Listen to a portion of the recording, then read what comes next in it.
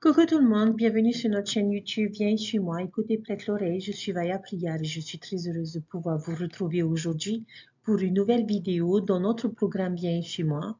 Étude cette année basée sur l'Ancien Testament et cette semaine, nous avions à lire les livres Amos et Apias. J'espère que vous avez pu lire vos écritures, chers frères et sœurs, et que vous avez retrouvé les vérités évidentes que nous avons vues ensemble dans le livre d'Amos, que vous avez été fortifié par ces vérités évidentes et que votre témoignage a été renforcé. Aujourd'hui, nous allons voir le livre d'Abias et, euh, et, et comme vous le savez, et comme nous l'avons fait avec le livre d'Amos, j'aimerais commencer par, comment dirais-je, par un petit historique sur qui était le prophète Abdias. Malheureusement, le livre d'Abdias est un peu plus mystérieux. Pourquoi? Eh bien, tout simplement parce que nous ne savons vraiment pas grand-chose sur lui, parce qu'il n'y a tout simplement pas grand-chose à savoir. Abdias est le livre le plus court de tout l'Ancien Testament. Et de plus, les spécialistes de la Bible ne savent pas exactement quand ce livre a été écrit. Il est évident qu'il a été donné quelque temps après la prise de Jérusalem par une puissance adverse. Mais cela se produit plus d'une fois dans l'histoire de Jérusalem, de sorte que la capture à laquelle Abdias fait référence n'est pas très claire. Et cela pourrait être dès 848 avant Jésus-Christ jusqu'à 586 avant Jésus-Christ. La plupart des érudits se penchent sur la deuxième date en conjonction avec la prise de Jérusalem par les Babyloniens. Mais le message d'Abdias est assez atypique en ce qu'il ne s'adresse pas aux Israélites, mais à une nation étrangère. Il a été écrit au peuple du royaume d'Édom. Or, les Édomites étaient les descendants d'Ésaü. Ils n'étaient pas donc israélites, mais ils avaient toujours une ascendance commune. Et ces deux nations, en quelque sorte, ont eu une histoire quelque peu troublée l'une avec l'autre et qui remonte jusqu'à Jacob et Ésaü. Et le problème qu'Abdias a avec les Édomites était concerné en fait leur relation à la conquête de Jérusalem. On peut observer un petit décalage dans le livre entre la première partie du livre et la dernière. La première partie du livre s'adresse aux Édomites et décrit les jugements du Seigneur à leur égard sur la manière dont ils ont réagi à la conquête de Jérusalem. Mais ensuite, la dernière partie du livre passe à un message beaucoup plus positif sur l'avenir du royaume de Dieu, sur sa victoire éventuelle dans l'ensemble. Alors, j'aimerais commencer notre étude par une question. Lorsqu'il y a une personne qui n'a pas été gentille avec vous dans le passé, ou bien une personne avec qui vous ne vous entendez pas toujours, ou une personne avec qui vous n'êtes pas d'accord politiquement, religieusement ou intellectuellement, ou bien vis-à-vis de ces personnes, lorsque nous voyons quelque chose de mal leur arriver, comment sommes-nous tentés de réagir? Est-ce que cela nous rend heureux? Est-ce que nous nous réjouissons de leur malheur? Est-ce que nous disons avec suffisance « bien fait » ? Eh bien, c'est un peu la façon dont les Édomites ont réagi à la conquête de Jérusalem. Les deux nations ne s'étaient pas toujours entendues, même si elles descendaient toutes de deux ancêtres communs, c'est-à-dire Abraham et Isaac. Alors, chers frères et sœurs, aujourd'hui, nous allons parler d'Abias et de la manière dont nous traitons autrui. Dans les versets dans ce chapitre, il y a quelques versets, quelques mots, quelques phrases, qui décrivent la mauvaise façon de réagir au malheur des autres. Regardez le verset 3. Nous ne devrions pas être fiers et penser que nous sommes meilleurs qu'eux. Au verset 12, nous ne devons pas nous réjouir à leur sujet au jour de leur destruction, comme l'ont fait les Édomites. Le verset 13, il ne faut pas chercher à profiter de la situation et exploiter leur malheur. C'est ce que firent les Édomites. Ils ont pillé la terre et ils ont pillé les maisons des survivants. Au verset 14, nous ne devrions pas les ignorer ou leur faire obstacle et aggraver la situation. Lorsqu'il y avait des gens qui essayaient d'échapper à la destruction, eh ben, les Édomites s'arrêtaient sur le chemin et ils livraient ceux qui fuyaient leurs ennemis. Alors, par rapport à ces versets, par rapport à ces réactions, j'aimerais nous poser la question. Faisons-nous jamais la même chose? Faisons-nous empirer les choses pour ceux qui ont subi des difficultés ou des calamités? Est-ce que nous regardons avec fierté et nous réjouissons le jour de leur destruction, tout simplement parce que nous étions en désaccord avec eux sur un certain point dans le passé? Est-ce que nous les ignorons et profitons de la situation parce qu'ils ne partagent pas notre culture, notre religion ou nos opinions politiques? Chers frères et sœurs, sachez que cela déplaît au Seigneur. Et d'après le Seigneur, quelle sera la conséquence d'une telle réaction? Regardez le verset 15. Car le jour de l'Éternel est proche pour toutes les nations. Comme tu as fait, il te sera fait, et ta récompense reviendra sur ta tête. C'est ce que j'appellerais le principe du boomerang. La façon dont nous traitons les autres sera la façon dont nous serons traités. Si je pardonne aux autres, je serai pardonné. Si je sers les autres, je serai servi. Si je me réjouis de la destruction des autres et que je profite d'eux, alors je serai détruit et exploité. Plus ça change et plus c'est la même chose. Cependant, il y a un meilleur moyen. Nous n'avons pas à être comme les Édomites. Comme j'ai dit auparavant, il y a un décalage dans la deuxième partie du livre d'Abdias à partir du verset 17. Le Seigneur promet que Sion sera un jour délivré et possédera à nouveau tout son pays au jour du Seigneur. Mais le verset sur lequel je voudrais plus particulièrement me concentrer dans cette vidéo aujourd'hui est à la fin du chapitre. Quand un désastre frappe les autres, que pouvons-nous faire à la place? Verset 21. Et des libérateurs monteront sur la montagne de Sion pour juger la montagne d'Ésaü, et le royaume sera à l'Éternel. Alors, chers frères et sœurs, au lieu d'être orgueilleux, rancuniers et d'en profiter, nous pouvons réellement devenir des libérateurs pour les autres. Waouh! Qui d'autre détient ce titre? Jésus le fait. Et nous pouvons partager ce titre avec notre Sauveur Jésus-Christ. Nous pouvons aussi apporter le salut et la rédemption aux autres comme Jésus l'a fait. Nous pouvons nous sacrifier et servir pour aider les autres à traverser leurs malheurs et leurs calamités. Nous pouvons chercher à sauver ceux qui périssent, à réconforter ceux qui sont endeuillés et à pleurer avec ceux qui pleurent. Nous ne voulons pas et ne devrions pas être des Édomites, mais nous devrions et désirer être des sauveurs. Nous faisons en quelque sorte un travail missionnaire et nous cherchons à éclairer et à bénir ceux des différentes nations, cultures et religions au lieu de les rabaisser ou de démolir leurs croyances.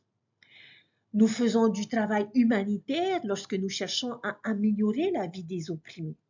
Nous faisons l'œuvre du temple pour apporter le salut et la possibilité d'exaltation à toute l'humanité.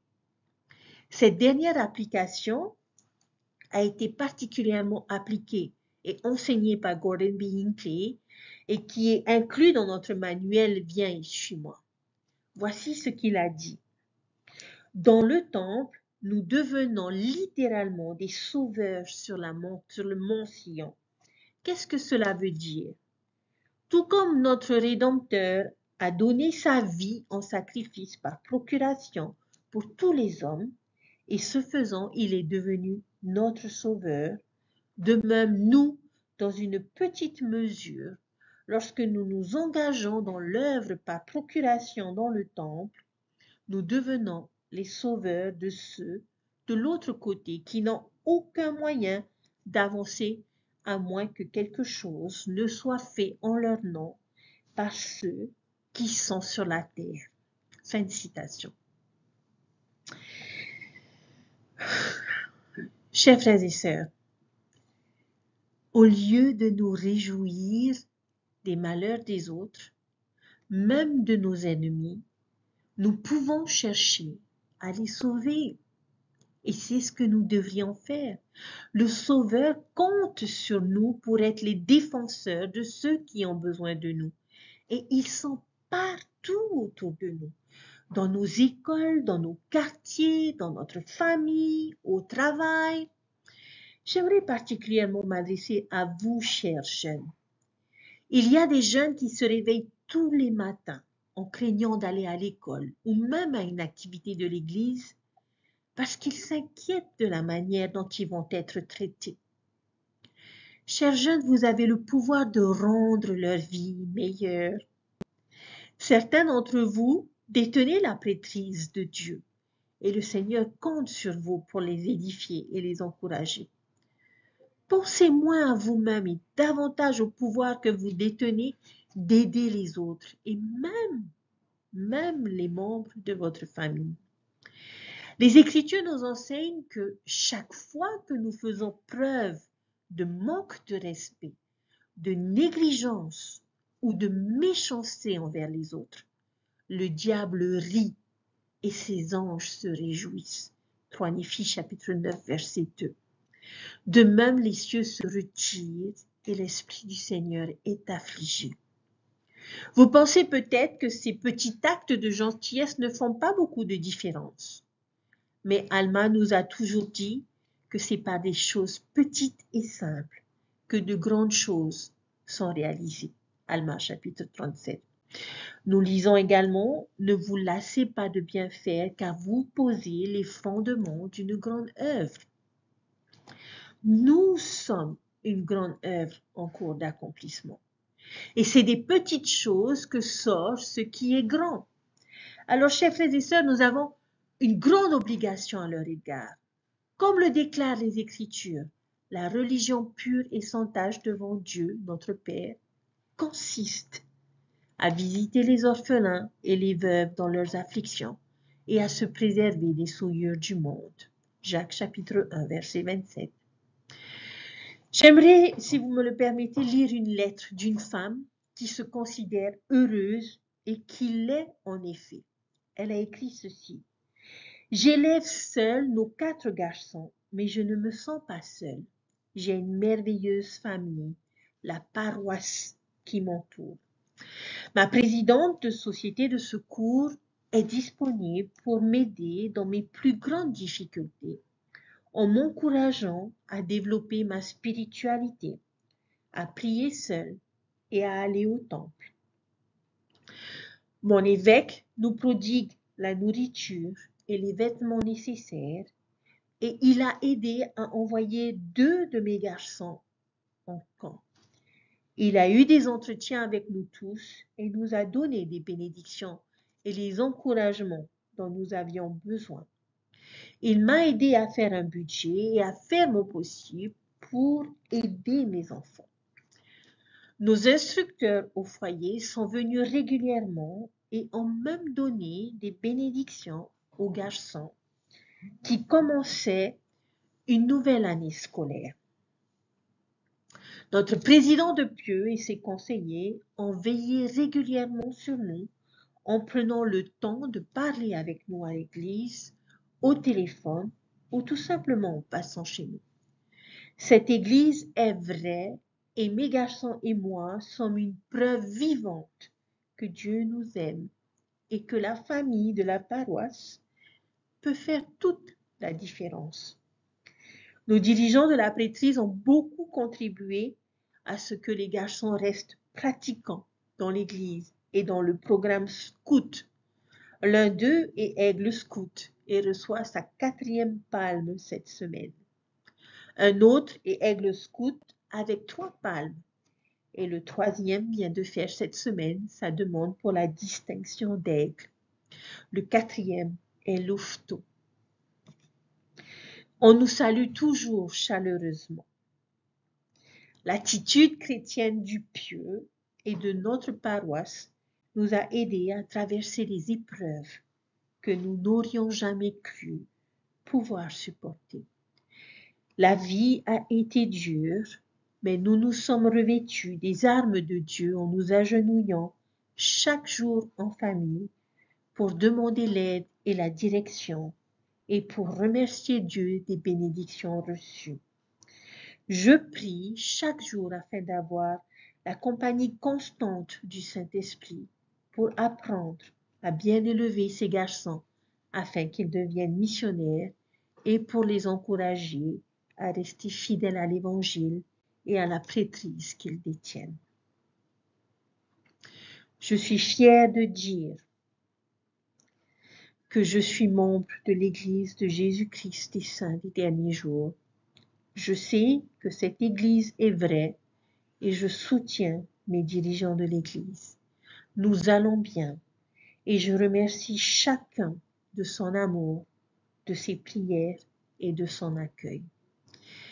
Quelle belle lettre, chers frères et sœurs! Comme elle parle bien du fonctionnement de cette Église et du fonctionnement qu'elle devrait avoir dans le monde entier. J'espère que chaque femme qui se trouve dans le même genre de situation a la bénédiction d'avoir un évêque aussi compréhensif et secourable, une présidente de société de secours qui sache aussi bien l'aider, des frères du service pastoral qui connaissent autant leurs devoirs et la manière de l'assumer, et une foule de membres de la paroisse qui soient aussi serviables sans devenir importants. Chers frères et sœurs, en tant que présidente de la société de secours de ma paroisse, je ne pouvais pas faire l'impasse sur quelque chose d'important.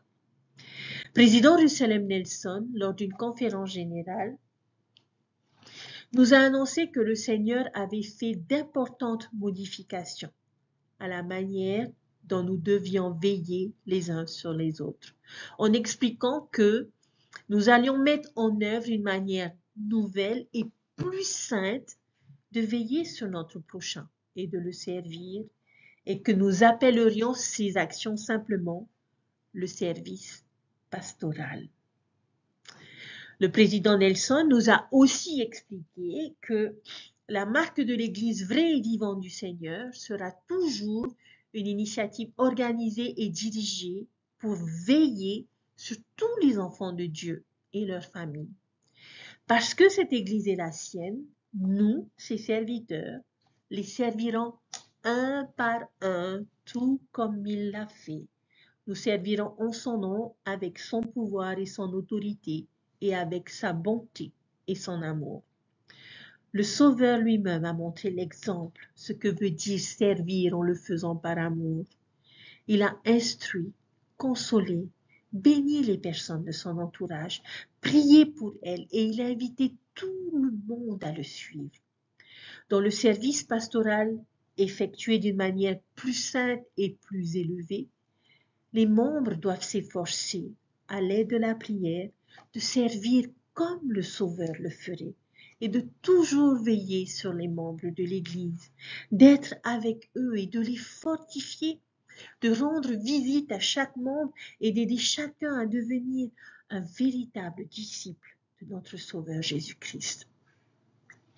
En tant qu'enfant de notre Père céleste, aimant, et en tant que brebis de son troupeau, Jésus-Christ nous sert et nous bénit individuellement. De notre côté, en qualité de berger, nous avons la responsabilité de veiller sur les personnes qui nous entourent. Nous obéissons à la parole du Seigneur qui nous demande de le servir et d'aller en son nom et de rassembler ses brebis. Qui est berger, chers frères et sœurs? Chaque homme, chaque femme, chaque enfant dans le royaume de Dieu est un berger. Il n'est pas nécessaire d'avoir un appel. Dès que nous sortons des eaux du baptême, nous nous sommes chargés donc d'accomplir cette œuvre, de tendre la main à nos semblables avec amour, parce que notre Sauveur nous l'a commandé. Alma a souligné Quel est le berger qui, ayant beaucoup de brebis, ne veille pas sur elles pour que les loups n'entrent pas dévorer son troupeau? Ne le chasse-t-il pas? Chaque fois que notre prochain, chers frères et sœurs, est dans la détresse, temporellement ou spirituellement, nous devons accourir à son secours. Nous devons porter les fardeaux les uns des autres afin qu'ils soient légers, pleurer avec ceux qui pleurent et consoler ceux qui ont besoin de consolation. C'est ce que notre Seigneur aimant attend de nous. Et le jour viendra où il nous tiendra pour responsables de la manière dont nous aurons pris soin de son troupeau. Président Russell M. Nelson nous a enseigné: notre message au monde est simple et sincère, nous invitons tous les enfants des dieux, des deux côtés du voile, à aller et à venir au Sauveur, à recevoir les bénédictions du Saint-Temple, à connaître une joie durable et à se qualifier pour la vie éternelle. Chers frères et sœurs, puissions-nous élever notre regard à la hauteur de cette vision prophétique, afin de guider les âmes vers le Temple et finalement vers notre Sauveur Jésus-Christ. Il n'attend pas de nous que nous accomplissions des miracles. Il nous demande seulement de lui amener nos frères et sœurs, parce que lui a le pouvoir de racheter les âmes. Et ce faisant, nous obtiendrons l'accomplissement de cette promesse. Et lorsque le souverain paraîtra, vous obtiendrez la couronne incorruptible de la gloire. Chers frères et sœurs, pouvez-vous penser à quelqu'un que vous connaissez qui a subi une sorte de malheur? Ne limitez pas cela à vos amis et à votre famille. Encore mieux, si c'est quelqu'un avec qui vous avez été en désaccord pour une raison quelconque. Que pourriez-vous faire cette semaine pour être un sauveur sur la montagne de Sion pour ces personnes? Bien que la majeure partie du livre d'Abias se concentre sur les jugements de Dieu sur un peuple qui a profité d'autres personnes en difficulté, le message final est de nature beaucoup plus positive, car il nous rappelle cette approche alternative à de telles situations. Ainsi, au lieu d'être des édomites quand de mauvaises choses arrivent à d'autres personnes, puissions-nous être des sauveurs. Et je crois que nous découvrirons que si nous envoyons de la positivité et de l'aide vers l'extérieur, cela aussi nous sera également rendu, comme les Écritures nous l'ont témoigné. Chers frères et sœurs, nous entrons dans une période spéciale, en ce mois de novembre, qui est un mois de gratitude où nous fêtons, où certains fêtent Thanksgiving. Nous avons toutes les raisons de nous réjouir et d'éprouver de la gratitude. Mais au mois de décembre, chers frères et sœurs, nous sommes invités à éclairer le monde et à permettre aux personnes de connaître notre Sauveur Jésus-Christ. Alors voici mon défi pour chacun d'entre nous pour ce mois de décembre.